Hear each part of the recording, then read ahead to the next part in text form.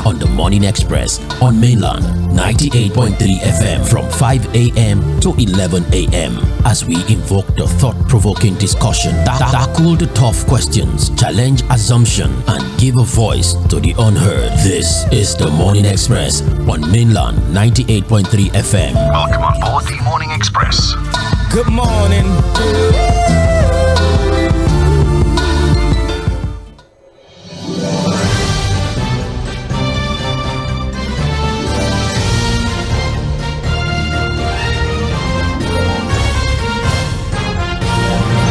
Mainland 98.3 FM, good morning and welcome to the program. It is the Morning Express here on Mainland FM, 5 a.m. to 11 a.m. Different segments where we discuss national issues.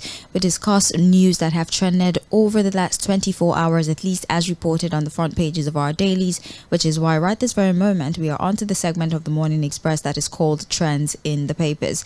And of course, by the title, you already understand the objective of the conversations that we would have for the next, say, 40 to 45 minutes. Basically analyzing the stories that have been reported on the front pages of our dailies, where we're going to be bringing you the latest news and also be giving you some sort of review to the stories that have been reported. As long as these stories are considered important enough to be put on the front pages of our dailies, best believe we would tell you about it, give you analysis about it, and most importantly, give you a platform to also speak on these issues. My name is Sage Babalola. Like I said, for the next 40 to 45 minutes, we'll be having conversations about these stories and looking through our dailies. And for the analysis that was promised to you, Fᴜʟʟ, our in-house analyst, will be joining us very briefly, virtually, via the phone is what I mean, and we would both be talking about these stories. Once again, welcome to Mainland 98.3 FM, the sound of Lagos. You are onto the Morning Express.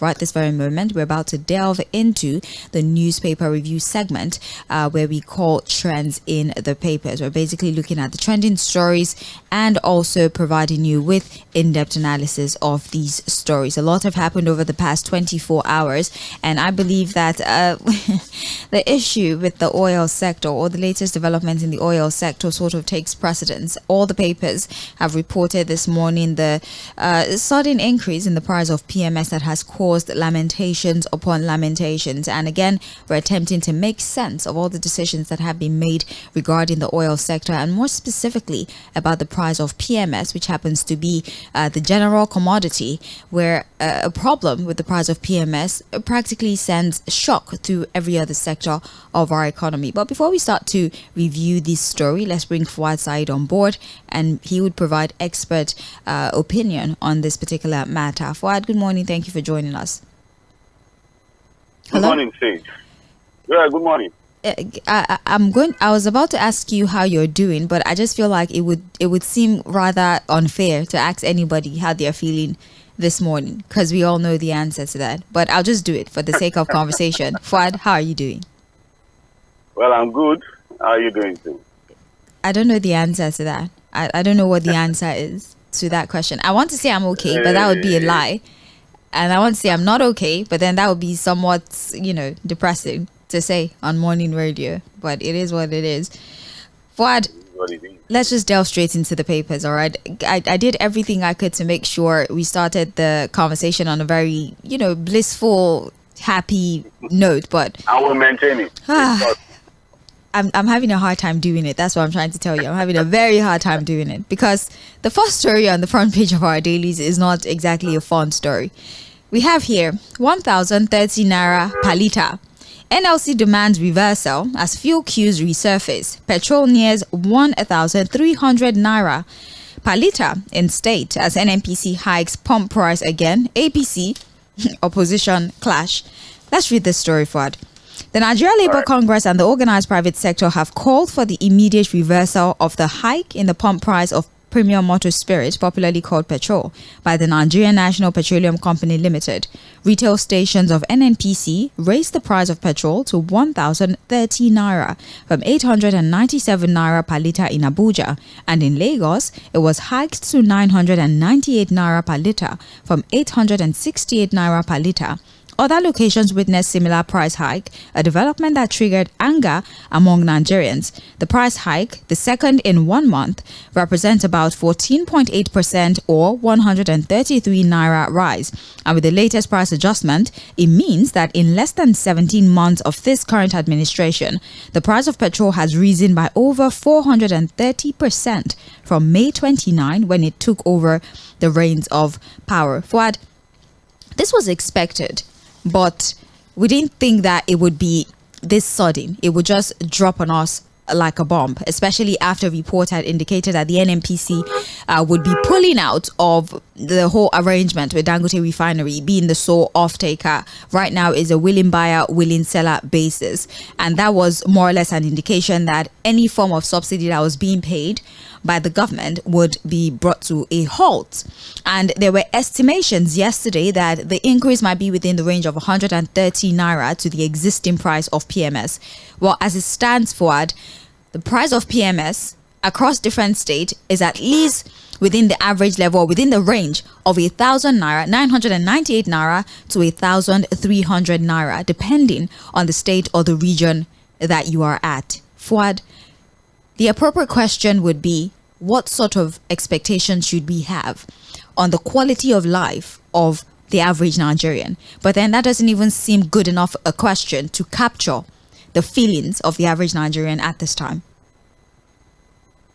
Well, Sage, the report on the Punch newspaper also give an insight into how people are, taking this particular reality.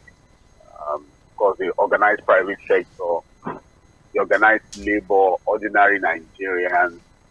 So for me as an analyst this morning, it's not anything different really. It's not going to be different.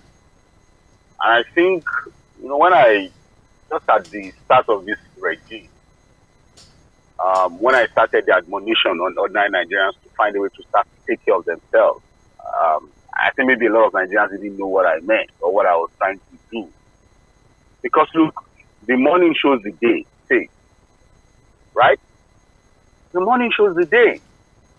And as it is now, say, if you look out there, what you see, we're not even doing too much. You see frustrated Nigerians, angry Nigerians, depressed Nigerians, Nigerians who just wake up every day, hoping and trying to find a way to survive this period. Nigerians who are extremely disappointed, Nigerians who ask themselves, how did we get to this position? How did we get here? Where are our leaders? What are they thinking about? Are they reading the room? Are they thinking about them? I wish I was not on this platform this morning doing this job. Because half of what I have in mind, or more than 80% of what I have in mind, I can't even say it already. If you understand my level of frustration. Of course.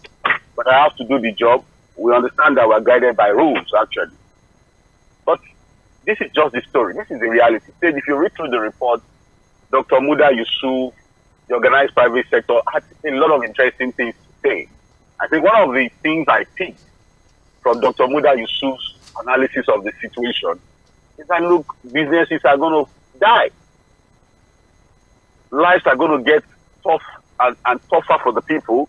That is going to get tougher for the people. And here he talked about policy sequencing. That, look, there's no wisdom in you dumping these multiple harsh policies on Nigerians at the same time. Not a country where people are living below the poverty line, where almost about 70 to 80% of your citizens are living below the poverty line. Where is the wisdom of policy sequencing, where you do things on a gradual level, stage by stage? But it came, the arrogance of subsidy is gone, the arrogance of floating the naira without any plans, without any understanding of the situation. Here we are now. For those that were arguing that, when the president took out subsidy the way he did it and floated the naira, he had plans. He knew what he was doing. Where are the palliatives now? How many bags of rice, can they share now that will solve the problem? Or even alleviate the suffering Nigerians are going through at this time with this twin policy that was not thought out properly, that was timed improperly. And it's obvious that, look, it's almost as if we're a subdued people thing. What has happened to us? It's like we're subdued people. It's like we're people who have been bound, basically to our own fate. Just take it, find a way, because the same rhetoric you get from government does not even show that they understand what Nigerians are going through at this time. It's the same rhetoric of, there's no other way, this is the only way to do it. Remember the last time when the president was even addressing some Nigerians in China, where he said that, some Nigerians just want everything free, it can never happen. Said, how did we move in 17 months from 195 naira per liter to now over 1,000, 1,003, depending on which part of the country you're buying the product from? And there are still people who are justifying this. There are still people who are making statements to say, you don't get emotional. I was listening to somebody who said, it's not about being emotional. Okay, so it's about being what? Say? Hello, say. I'm with you. There's no logicality to this. There's nothing you can be other than emotional about it. You can't. No, they will tell you that it's not an emotional thing. You don't have to be emotional. You can't be logical about this word. People are literally dying. Literally dying. And with this increment in the price of PMS, everything is going to go up. In fact, everything has gone up. It has. I'm sure now that public transportation has gone through the roof. Don't let me tell you my story. Price of food is going to go up. And then you now ask yourself, all the so-called headline-making policy statements they've made, where are the CNG buses now? Where are even the so-called CNG conversion stations? Where are the CNG stations that are adequate, sufficient enough now to take us away? You see, so it's always abortion before pregnancy. Is that the way policies are run? You would have aborted even before you get pregnant, or you start to plan. It's all ridiculous thing. Completely ridiculous. No matter how you. I was hoping that I was not going to get into it, but there's no way you look at it. I've seen a few Nigerians who think it's just about your personal self. A lot of them don't even know that some of us are able to even take care of ourselves, no matter how bad the situation gets. But look, when you look around, you know that this is not just about yourself. The majority of Nigerians now are going through the worst ever. And why that is happening to them? Look at the political class. Look at the other side of the divide. And see how they are able to quickly take care of themselves. They are able to sort themselves out. Humongous, huge, ridiculous allowances and salaries. Upon that, there's a lot of loopholes in the system that allows them to dip their hands into the treasury, the resources of the state. And here you are, Nigerians are waiting, asking questions. And let us even now say, we are now accept the policy of this government. As they've been telling us, it's always darkest before dawn, pain before pleasure, there's no other way. But the question is that, look, when is all of this going to end? What's the end game? To what end? Where are we going? Where are you taking us? Okay, so we'll say, if we are not careful, all of this, God forbid, we used to say. That was how we said God forbid when we said that, look, if we are not careful.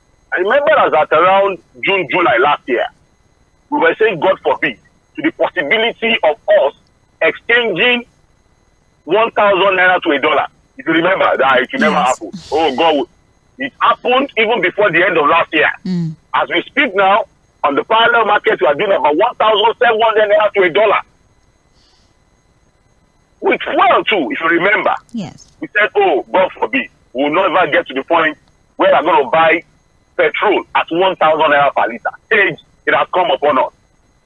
We should probably not be saying God forbid to the possibility of us also waking up and knowing that we are now buying a liter of fuel at 2,000 naira per liter. You say God forbid to that too. We're on the way forward. I can't even say it. Yes. Because as the thing says, what's the end game? Where are we going? On the dollar, there's nothing. Look, say, I'm sure in the same paper, there's a report of more borrowing from the World Bank. Oh, of course, $6.45 billion from the World Bank. From this, not previous government, from this government. Yes. In the last 17 months. So you ask yourself, okay, some people I will say that maybe they should have left out in the subsidy regime. They say it was not sustainable. We're already borrowing. But the question is, look, the corruption around the subsidy regime, was it too big to have been able to, for the government to have been able to deal with it? So, subsidy is gone. What has that been the benefit for ordinary Nigerians? The only thing you hear now, it's about the future. I'm thinking about the future of the country. Hey, the people of today must lead even before the future. Said in sustainable development goals, as even designed and explained by the so-called people who are advising them on some of these policies. What is sustainable development say? Sustainable development is a policy that you create to ensure that, look, while you are taking care of people of today, you are not also jeopardizing the future. So it means that in any policy development goal, you must ensure that the people of today have good living while you are also thinking about the future. You cannot be saying you are thinking of the future and you are jeopardizing the people of today with your policies. You are killing the people of today with your policies. You are impoverishing the people of today with your policies with only this very basic, simple explanation of, I'm planning for the future. What future are you planning for? When people of today are dying, you are planning for the future, whereas you are killing the people of today. The same people of today that you say you are planning the future for are not even going to live to see the future. Well said. Again, I've said it. The money shows the day. Immediately I saw the pattern of this government. And I said it. I said, this so-called aggressive bourgeoisie capitalist, extreme capitalist orientation that they brought into governance, Nigerians should just go and break up and start to take care of themselves. And that's what we are saying. Well, that is the reality of Nigerians. We're trying to make sense of the possible impact of this increase in fuel price on the average Nigerian as it stands from 998 to about 1,300 naira. That is the average cost of PMS across the country, depending on the state Look where at you're what the private sector is saying in that report. So that people understand what you are even saying. It's not just our own opinion. Of course, we've had conversations about the impact that this would have. Let me quote what was said, just a part of it. It needs no states in the fact that the latest wave of increase have grossly altered the calculations of Nigerians once again at a time they were reluctantly coming to terms with their new realities. It will further deepen poverty as production capacities dip. More job will be lost with multi-dimensional negative effect. In light of this, we urge the government to immediately reverse this rate hike as previous increase did not produce any good results. People only got poorer. End of quotes. That's it. A lot more was said, but this is just one part that I took out of the opinion of experts who are saying that this increase there's no significant impact, positive impact that this would have on Nigerians from where they are sitting. And so we've experimented with this increase. We've increased over time. This is the third time in 2 months, and there's not one single benefit that we have recorded from it. So why exactly do we keep doing things that has no proven benefits to the people? It's a question only those in the political class can answer. But then, just like Fᴜ said, Nigerians, it's time for us to brace up because we're not seeing any sign of a respite so far when it comes to the price of PMS. We still have to accept this new reality, although the NLC is talking tough, but what they can do about it, I really do not know. If you want details of this story and also the reactions that have trailed the increase, do well to check page 2 of the Punch newspaper, and you can join our live stream. Yes. Yeah. So the so-called Dangote refinery that we celebrated, everybody attended the commissioning of the Dangote refinery. Even the Senate president said it was the Lɪਧᴇ of the Nigerian oil sector. Wow. Every governor. To what end? So what's the result? Wow. Well, we were hoping that now that it's a willing buyer, willing seller arrangement, that maybe some sort of competition will force the price to go down. But how much Dangote is selling to the marketers, we don't know. How much Dangote is selling to the NNPCL, we do not know. So, as an oil-producing nation, we keep saying it, you cannot open us to that conversation of a willing buyer, willing seller arrangement. Look, we've always said it. All over the world, people of nations are made to benefit from the resources of the nation, if you understand what I'm saying. And this ridiculous story of market forces, we all know it's all lies. These are people who are going to shrew and manipulate the system to even ensure that there are no competition, really. There's no market force, really, activating anything. What we are saying is that, look, as an oil-producing nation, look, How many nations of the world has got blessed with crude oil? The question is, what are the benefits? What stands as us? What separates Nigeria now, say, from Benin Republic?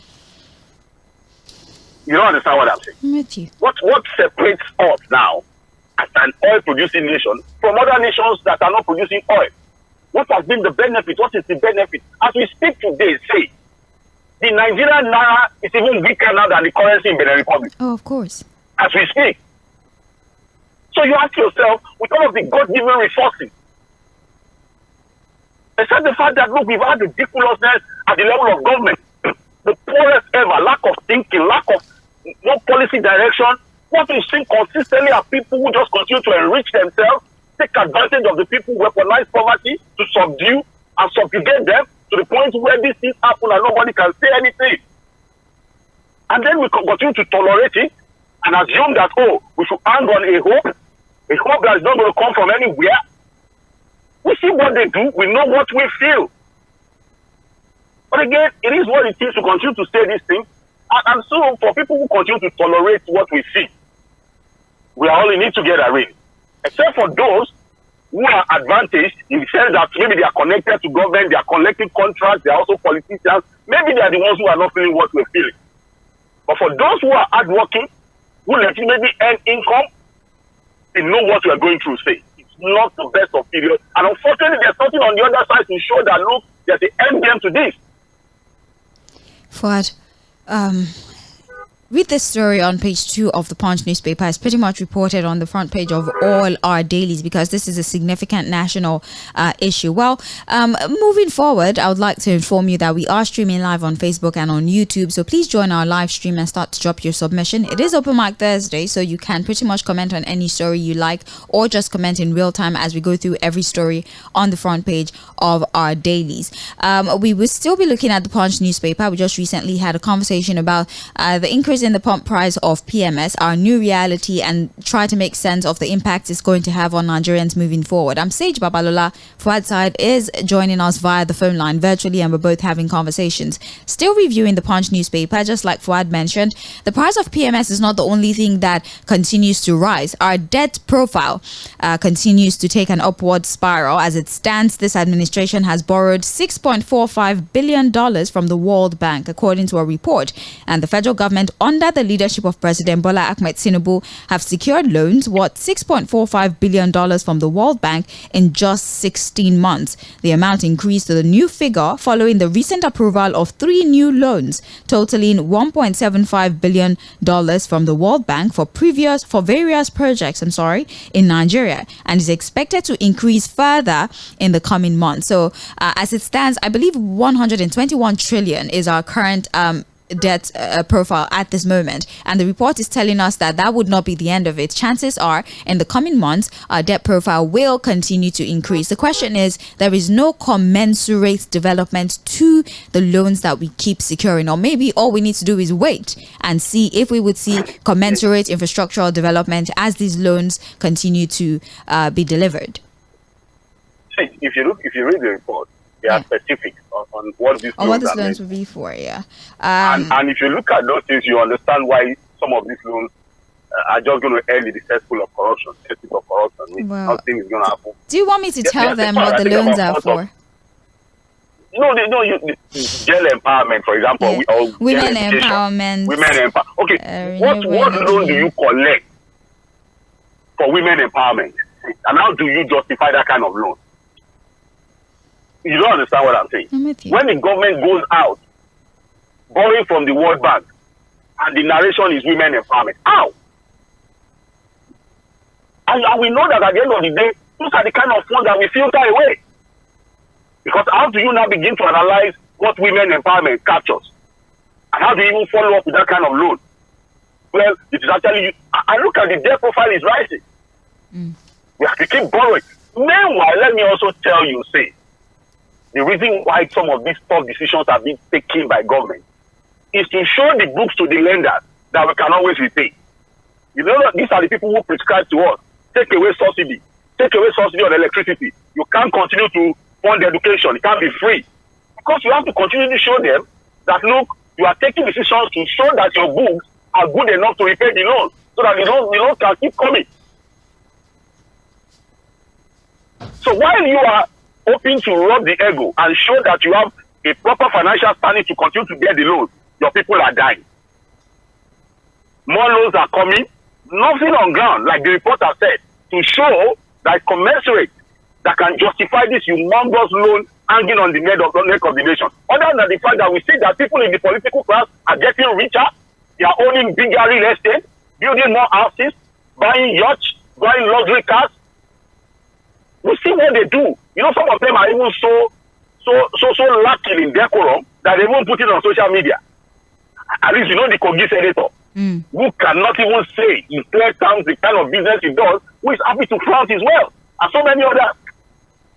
So while the people get poorer, the loans are getting bigger, there's nothing on ground to show, but the political class is getting richer, they're getting more money, they are buying bigger houses everywhere. Look, say, you know I do real estate, so I know what I'm saying.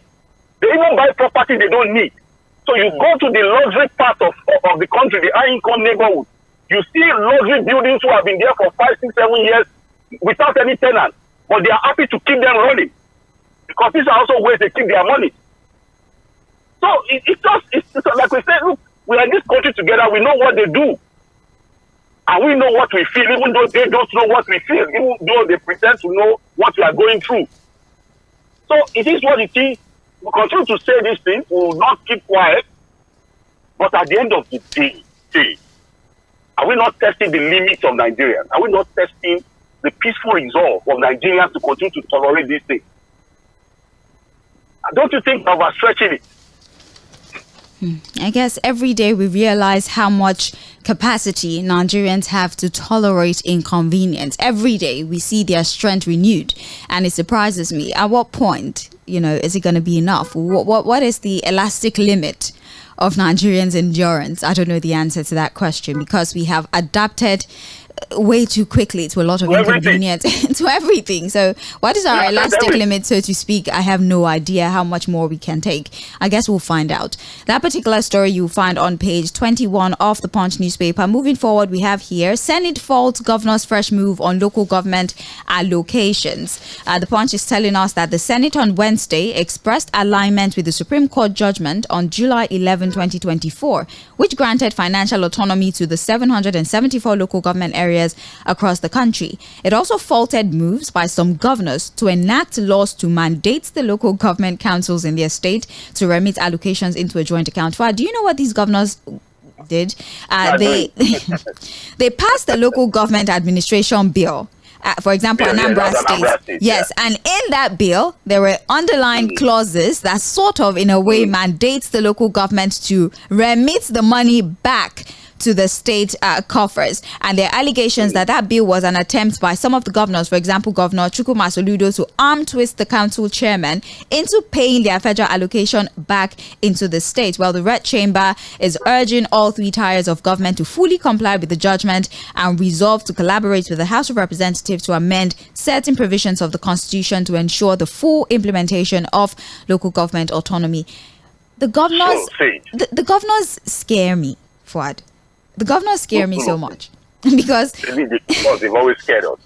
What do you mean? When the federal weight comes in, let's not get too emotional with it. Okay. We said he was not going to solve any problem. Right. When the federal government ran to the Supreme Court, I was having this conversation with Barrister Court yesterday. When the federal government ran to the Supreme Court to get that judgment, so that funds can be transferred directly to the local government. Yeah. We said that, look, it was not going to solve any problem. It was just a backdoor arrangement, really.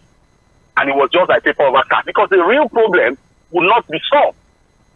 And if you remember, one of the governors that reacted to the Supreme Court judgment was ᴜᴜᴛ of Oyo State. And probably was speaking the mind of other governors who said that, look, no problem. We have taken the Supreme Court judgment in good faith, but we are going to look for what? Homegrown solutions. Right. And so what you see that another state government is trying to do, and which other states would also do, if what they are already doing, is to look for homegrown solutions. Because whether you like it or not, we have the federal system of government, where the states also have some roles and responsibilities over the local government. So if they amend their law the way they are trying to do it, what then do you do about it? Now you can now see that the Senate has now started to talk about what they should have done. Which is basically what? Go and amend the Constitution. Right. Whether you like it or not, we said it, that Supreme Court judgment is at variance with the dictates of the Constitution that talks about a joint account. Until you amend those sections of the Constitution to remove how the local government and state government are tied together, nothing will change. The judgment of the Supreme Court cannot automatically alter the dictates of the Constitution. And that's why people are even asking questions. Where did the Supreme Court get the interpretation of the law that it goes in total variance to the dictates of the joint account? Right. So you can now see that the senators are now saying that, look, we now need to do the right thing. We now have to find a way to amend the Constitution to give proper autonomy to the local government. And they know that is going to be tough. You know what I think? To amend sections of the Constitution like this, you still need 24 states. Yeah. Because the SCT. So, you need about two-thirds of the House, of the states, House of Assembly, to also agree. And with the governors who are in total control of the state assemblies, allow for the review of the Constitution that will guarantee local government autonomy. That's the big question. That was why the government in itself ran away from that long process that would have solved the problem to hoping that the Supreme Court judgment will solve the problem. Can we now see that we are far from solving the problem? We are far from solving the problem as it is. We might have to speed up conversations. We still have a lot of important stories here that I would like us to review. That particular story is on page 30 of the Punch newspaper. I'm Sage Babalola. Fuad Side is still here. And this is Trends in the Papers on Mainland 98.3 FM. We're both looking at the Punch newspaper and we're streaming the program live on Facebook and on YouTube. You can find us on those platforms at Mainland 98.3 FM. Emefiele is back again on the front pages of our dailies. We have this report here. Buhari did not approve Emefiele's Naira redesign. CBN ex-deputy governor. Very interesting. The trial. Buhari told us he approved it. He can't be saying, what was he saying? Fuad, I struggled this morning. You're not ready to read that nonsense report. Fuad. Because Buhari was on TV. Fuad, wait first now. Wait. I have the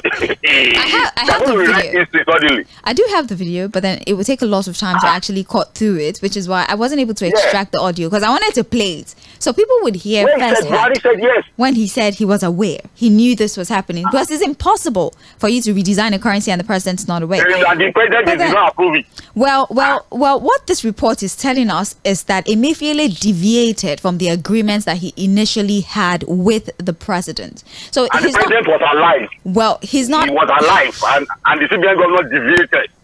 Well, so he did not exactly do it without the president's consent, but the report says he deviated from the initial. And then what did the president do then? When Emefiele deviated?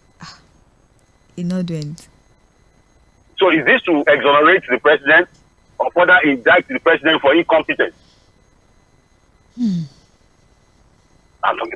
if what he's saying, what's he trying to bring out now?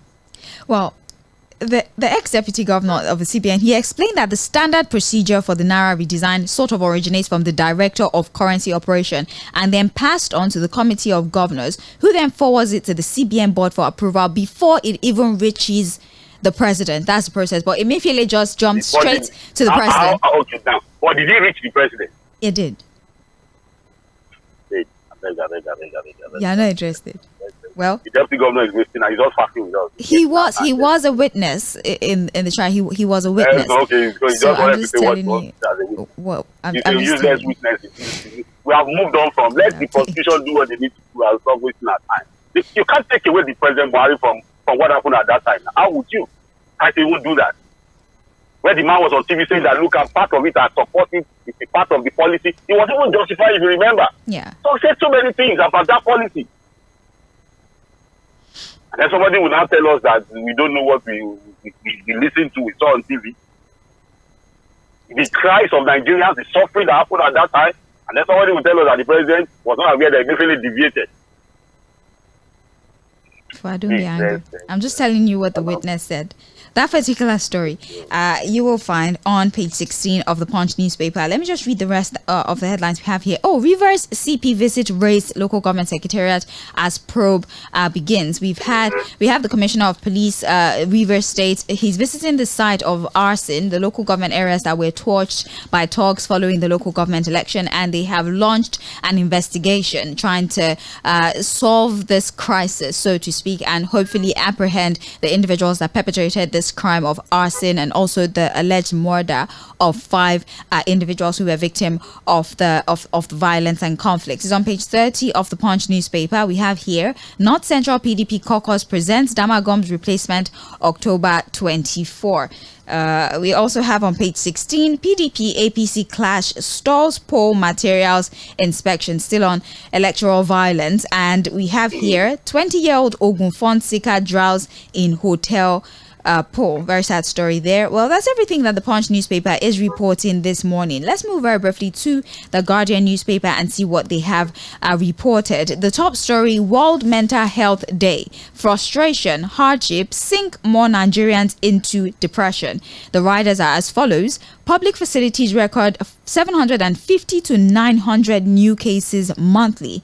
1 in 7 adolescent, 1 in 4 adult mentally ill globally. Nigeria left with about 300 psychiatric doctors, fewer occupational therapists, others.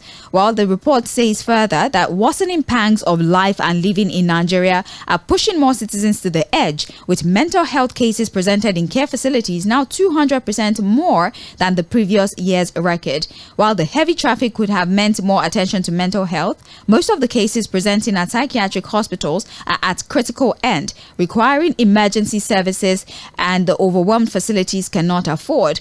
And while the rising cases of anxiety disorders, depression, and suicide tendencies are not peculiar to Nigeria, the recent plunge in socioeconomic fortunes is running many people in Nigeria amok. Fuad, our economic crisis is not only affecting our pockets, but is also affecting our mental health. People are now attempting suicide more than ever. We have more new cases of mental health disorders, anxiety.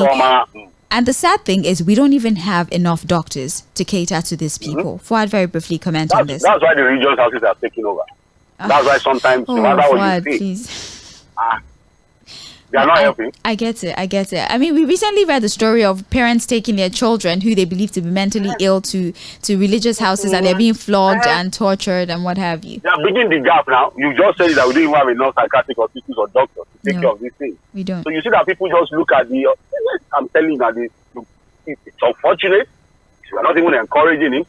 But you go to know, they tie some people, begin to beat some people up, because Nigerians don't even know where to go to seek help. And those are even identified cases. See, there are millions of cases that, because again, we don't even have, how do I put it now? We don't have the machinery, the system to even identify cases. Yeah. If you understand what I'm saying. The only people that we think have mental issues in Nigeria is the person that is on the street. Yeah, those that suffer from psychosis. That's the only one we've noticed. That one is psychosis. Yeah. But the home psychosis, we don't know. We don't. What is in psychosis? You know that they are home psychosis. Depression is not usually visible because a person can be depressed and be the funniest person in the room, unfortunately. But the man is depressed. Yeah. You think it's normal. It's not normal. And that's why people do things. I think this is a mental situation. The best way to put it. And of course, these things are aggravated by the fact that, look, people are now faced with all manner of things. They are not even sure of where the next meal is going to come from. You know, the man in the house is looking at his family suffering. He can't even put food on the table for the children. Wives have become, look, the things we see on the street, we can't even bring it on radio. Adultery, all manner of things have now been aggravated. The girl child have become, you know, a lot of them have to even go out there to do the most ridiculous thing to bring food for the family. If you understand what I'm saying. Yes. Young girls have become, you know what your girls have come to in just trying to survive. Unfortunately, our boys have become internet fraudsters. And we keep quiet about this thing. Oh, because it doesn't affect us until it affects us. It's on page 6 that's where we get details of the story. But tomorrow on Health Plus, I'll be talking about mental health in commemoration of World Mental Health Day. So you can join the program. We'll have a psychiatrist join us to really talk about this particular subject matter. Well, that story is on page 6 of the Guardian newspaper. Moving on, Army detains general over theft of palliative rice, military equipment. IGP orders release of benefits to families of deceased corps others. The Nigerian Army has detained former commander of the 3rd Brigade in Kano, M.A. Sadiq, over allegations of theft and mismanagement of palliatives. He allegedly diverted palliative rice from the defense headquarters meant for soldiers under his command. Sadiq is also accused of stealing military equipment, including a Mikano heavy-duty generator, from the military training camp in Fᴜဃᴜ, Kano State, which was reportedly sold as scrap to metal dealers. He has been relieved of his duty and replaced by A.M. Toko, the former registrar of Nigeria Defense Academy. How do you move a Mikano generator? Why do you know a Mikano generator? How did he move it? Before I'm not even. Yeah, the right, Savi. But in general, you know the general. Yeah. At that level. Oh, he's a commander. A commander. Well, he's a senior officer. It's not a general, but I'm sure he's going to be a senior officer. Yes. So, but look, at that level of being a commander in the army, whatever rank he you begin to steal. Well, it depends, but even to now steal rice of soldiers who are at the war front, begin to steal generators and sell it as scrap to metal dealers. Just bleed. Although there was a time one former minister was forced to carry that generator at the national stadium. You know, you used to forget things. You don't used to forget things. You have to carry generator go. For his brother's burial, actually. To the stadium generator. See. Wow. But this one sold this crap. Yeah. Bit by bits. Well, he's being investigated. It is an allegation. He's being investigated. Well, he's been relieved of his duty pending the investigation and hopefully trial. It's on page 29 if he of was the Guardian just one newspaper. Junior officer now, say, well, for no junior officer can actually divert anything. If we're being honest, you don't have enough power to divert anything. It has to be a senior officer if we're talking diversion. So it's on page 29. We also have here Aiyedatiwa sacks aide over alleged 30 million bribe. Others probe. I really do not enjoy the trajectory of the papers today, but 37 days to Ondo Gubapo, political parties yet to begin campaigns. 3 political parties failed to submit agents for polling collation levels. Ondo State Governor Lucky Aiyedatiwa has sacked his special assistant on forestry, Central Senatorial District, Adeboye Taufik Ewenla, over 30 million naira bribery allegations leveled against him. Aiyedatiwa, in a statement by his chief press secretary, Ebenezer Adeniyo, while stating that the dismissal takes immediate effect, ordered that a probe be conducted into the allegation. Ewenla had in a leaked audio demanded 30 million naira from timber traders operating in the state, with a threat that failure to pay the amount will lead to their expulsion from the forest reserve. Well, the audio leaked and he's now being under investigation, and the governor has proceeded to sack him whilst the probe is ongoing. Well, that's the right thing to do. If you have that kind of audio leaking, a man demanding for bribe, threatening people who you should be protecting and working to help, if you understand, and that's the right thing for the governor to do. I think it's just what it is. Right. That's the normal thing. Well, the other headlines that we have here, PDP National Working Committee split over internal crisis. That is on page 3 of the Guardian newspaper. We also have here more pains for Nigerians as PMS hits 1,000 naira to a litre, threatens survival. Also confusion as Senate insists on full local government autonomy, also on page 3. And finally, on the front page of the Guardian, we have here Edo thugs disrupt PDP inspection of beavers as INEC shifts inspection of materials. That's on page 29 of the Guardian newspaper. And very briefly of the Guardian, I beg your pardon, briefly for Vanguard newspaper, we have here anger as petrol price goes up 3rd time in 2 months is on page 5. Gunmen attack army camp, kill soldiers in Imo. That's on page 11 of the Vanguard. Military lacks weapon morale to defeat terrorists. The statement by Undume. Federal Government Gazette Executive Order on Zero VAT Excise Duties for Manufacturing Firms. Well, the zero import duty for pharmaceuticals, I think that's going to begin today. I think yesterday or today is going to start very soon for pharmaceuticals. And finally, we have here Unilag UI lose top rankings as Covenant University emerges best Nigerian university in 2024. Well, private universities are now taking the spotlight, unfortunately, and they are overshadowing federal and state universities. No, my university was not even there. What? My university was not even there. And it paid me very well. Lautech. It was not. Of course, you expect universities where your parents are paying that heavy. They're going to have better facilities, better, study environment. The so-called Unilag UI. Go see what is available. You understand why they are probably going to drop in rank. It's not like the old days where things are functional, fully functional in most of these universities. If you understand what I'm saying. Poor funding, one of the reasons, lack of motivation even for the lecturers, and the entire environment is not so conducive really for you to expect them to still maintain the old ranking of some of the best universities we have around in Nigeria. If we talk about ranking in Nigeria, what about global ranking? Do you have any of our Nigerian universities in first 1,000? Actually, Covenant University makes it. I think they are 801 on the global scale. Ranking. Yes, Covenant. I think they're 801. What about any of our public universities? I don't know. I wasn't able to go through the entire list. But that's what we have. Well, this is the end of Trends in the Papers for today. But then again, after the short break, the commercial break, will be back by 8:40 for Mainland Focus. It's Open Mic Thursday, which means that you get to be the one to pick your focus of the day. You can either choose to address any of the stories we have analyzed this morning, or maybe even bring back a story that you did not have the chance to speak on whilst we were having the conversation on radio. If you'd even like to refer back to any of the other programs that we had on radio during the course of the week, but you were not able to call in, by all means, call in, raise the matter, and let us have conversations about it. Fᴜʟʟᴏᴡ will be joining us also for Mainland Focus. My name is Sage Babalola. You're still listening to The Morning Express on Mainland 98.3 FM. Stick around. After the commercials, the conversations continue.